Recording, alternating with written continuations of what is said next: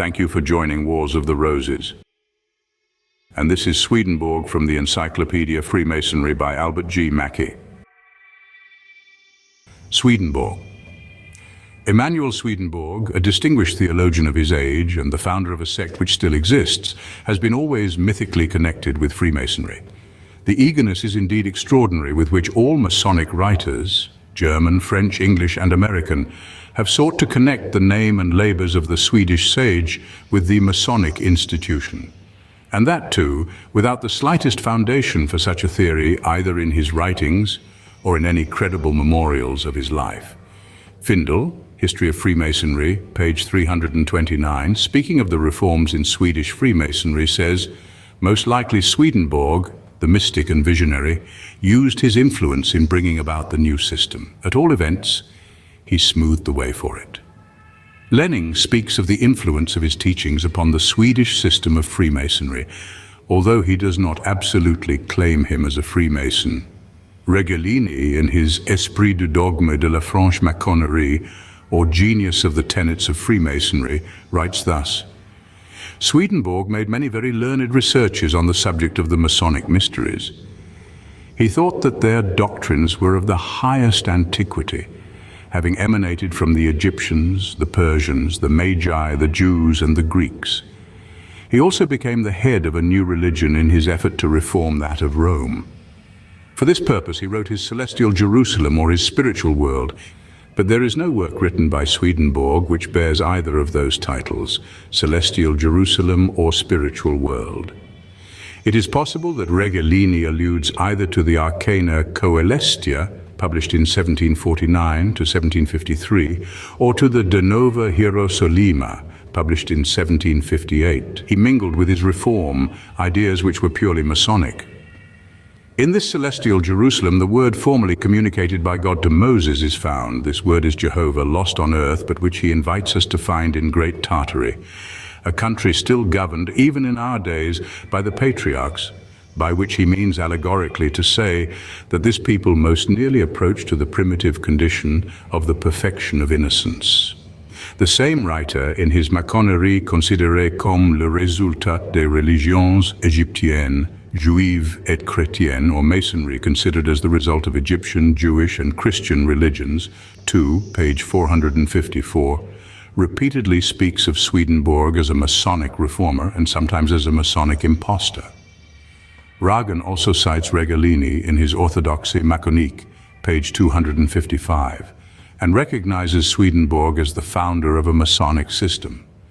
Thorey, in his Acta Latomorum, cites the system of Swedenborg, and in fact all the French writers on Masonic ritualism appear to have borrowed their idea of the Swedish theosophist from the statement of Regolini, and have not hesitated to rank him among the principal Masonic teachers of his time. Dr. Oliver is the earliest of the English Masonic writers of eminence who has referred to Swedenborg. He, too often careless of the weight of his expressions and facile in the acceptance of authority, speaks of the degrees, the system, as well as the Freemasonry of Swedenborg, just in the same tone as he would of those of Cagliostro, of Hund, or of Tschudi.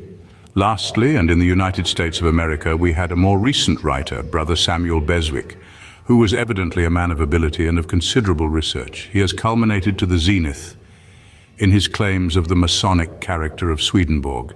He published at New York in 1870 a volume entitled The Swedenborg Rite and the Great Masonic Leaders of the 18th Century. In this work, which, outside of its Swedenborgian fancies, contains much interesting matter, he traces the Masonic life of Swedenborg from his initiation, the time and place of which he makes in 1706 in a Scottish lodge in the town of Lund in Sweden, which is a fair specimen of the value of his historical statements. But after treating the great Swede as a Masonic reformer, as the founder of a rite, and as evincing during his whole life a deep interest in Freemasonry, he appears to us to surrender the whole question in the following closing words of his work. From the very moment of his initiation, Swedenborg appears to have resolved never to allude to his membership or to his knowledge of Freemasonry, either publicly or privately. He appears to have made up his mind to keep it a profound secret and to regard it as something which had no relation to his public life. We have searched his itinerary, which contains brief references to everything he saw, heard, and read during his travels, for something having relation to his Masonic knowledge, intercourse, correspondence, visits to lodges, places, or persons, but there is a studied silence, a systematic avoidance of all allusion to it.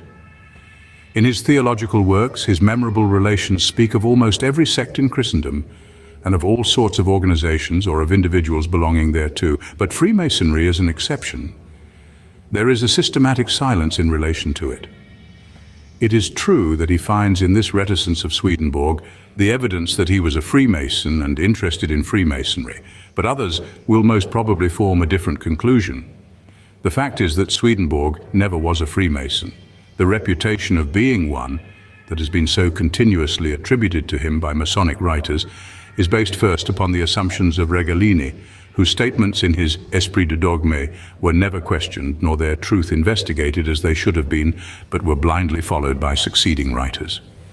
Neither Wilkinson nor Burke nor White, who wrote his biography, the last, the most exhaustively, nor anything in his own voluminous writings lead us to any such conclusion. But the second and more important basis on which the theory of a Swedenborgian Freemasonry has been built is the conduct of some of his own disciples, who, imbued with his religious views being Freemasons, carried the spirit of the New Jerusalem doctrines into their Masonic speculations. There was, it is true, a Masonic rite or system of Swedenborg, but its true history is this. The two most important religious works of Swedenborg, the Celestial Arcana and the New Jerusalem, appeared, the former between the years 1749 and 1753, and the latter in 1758. About that period, we find Pernetti working out his schemes of Masonic reform. Pernetti was a theosophist, a Hermetic philosopher, a disciple, to some extent, of Jacob Boehme, that prince of mystics. To such a man, the reveries, the visions, and the spiritual speculations of Swedenborg were peculiarly attractive. He accepted them as an addition to the theosophic views which he already had received. About the year 1760, he established at Avignon his Rite of the Illuminati, in which the reveries of both Boehme and Swedenborg were introduced. In 1783, this system was reformed by the Marquis de Thom, another Swedenborgian, and out of that reform arose what was called the Rite of Swedenborg, not because Swedenborg had established it or had anything directly to do with its establishment, but because it was based on his peculiar theological views, and because its symbolism was borrowed from the ideas he had advanced in the highly symbolical works that he had written. A portion of these degrees, or other degrees much like them, have been called apocalyptic, not because St. John had any more than Swedenborg a connection with them, but because their system of initiation is based on the mystical teachings of the Apocalypse, a work which, not less than the theories of the Swede, furnishes abundant food for a system of Masonico-religious symbolism. Benedict Chastanier was also another disciple of Swedenborg, and who was one of the founders of the Avignon Society, carried these views into England and founded at London a similar rite, which afterwards was changed into a purely religious association, the Theosophical Society, instituted for the purpose of promoting the heavenly doctrines of the New Jerusalem. In one of his visions, Swedenborg thus describes a palace in the spiritual world which he had visited. From passages such as these, which abound in his various treatises, the Theosophic Freemasons concocted those degrees which have been called the Freemasonry of Swedenborg. To no reader of the passage annexed can its appropriateness as the basis of a system of symbolism fail to be apparent. I accordingly entered the temple, which was magnificent, and in the midst of which a woman was represented clothed in purple, holding in her right hand a golden crown piece, and in her left a chain of pearls. The statue and the representation were only fantastic representations, for these infernal spirits, by closing the interior degree and opening the exterior only, are able at the pleasure of their imagination to represent magnificent objects. Perceiving that they were illusions, I prayed to the Lord. Immediately the interior of my spirit was opened, and I saw, instead of the superb temple, a tottering house open to the weather from the top to the bottom. In the place of the woman statue, an image was suspended, having the head of a dragon, the body of a leopard, the feet of a bear, and the mouth of a lion. In short, it was the beast rising out of the sea, as described in the Apocalypse 13:2. In the place of a park, there was a marsh full of frogs, and I was informed that under this marsh there was a great hewn stone, beneath which the word was entirely hidden. Afterwards I said to the prelate, who was the fabricator of these illusions, "Is that your temple?" "Yes," replied he, "it is." Immediately his interior sight was opened like mine, and he saw what I did.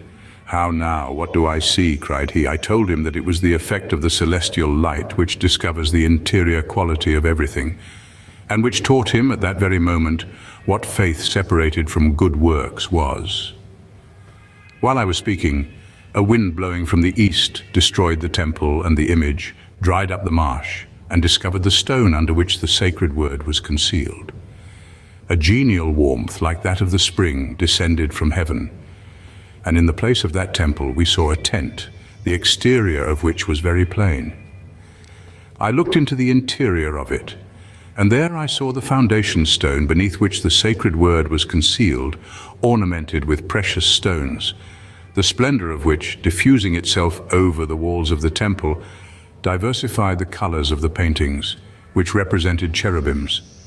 The angels, perceiving me to be filled with admiration, told me that I should see still greater wonders than these. They were then permitted to open the third heaven, inhabited by the celestial angels who dwelt in love. All of a sudden, the splendor of a light of fire caused the temple to disappear and left nothing to be seen but the Lord himself, standing upon the foundation stone. The Lord, who was the Word, such as he showed himself, Apocalypse 1:13-16. Holiness immediately filled all the interior of the spirit of the angels, upon which they made an effort to prostrate themselves. But the Lord shut the passage to the light from the third heaven, opening the passage to the light of the second, which caused the temple to reappear, with the tent in the midst. Such passages as these might lead one to suppose that Swedenborg was familiar with the system of Masonic ritualism.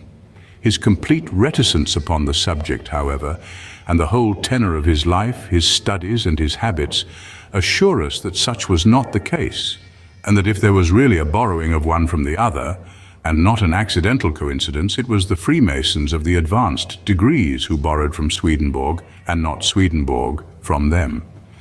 If so, we cannot deny that he has unwittingly exercised a powerful influence on Freemasonry.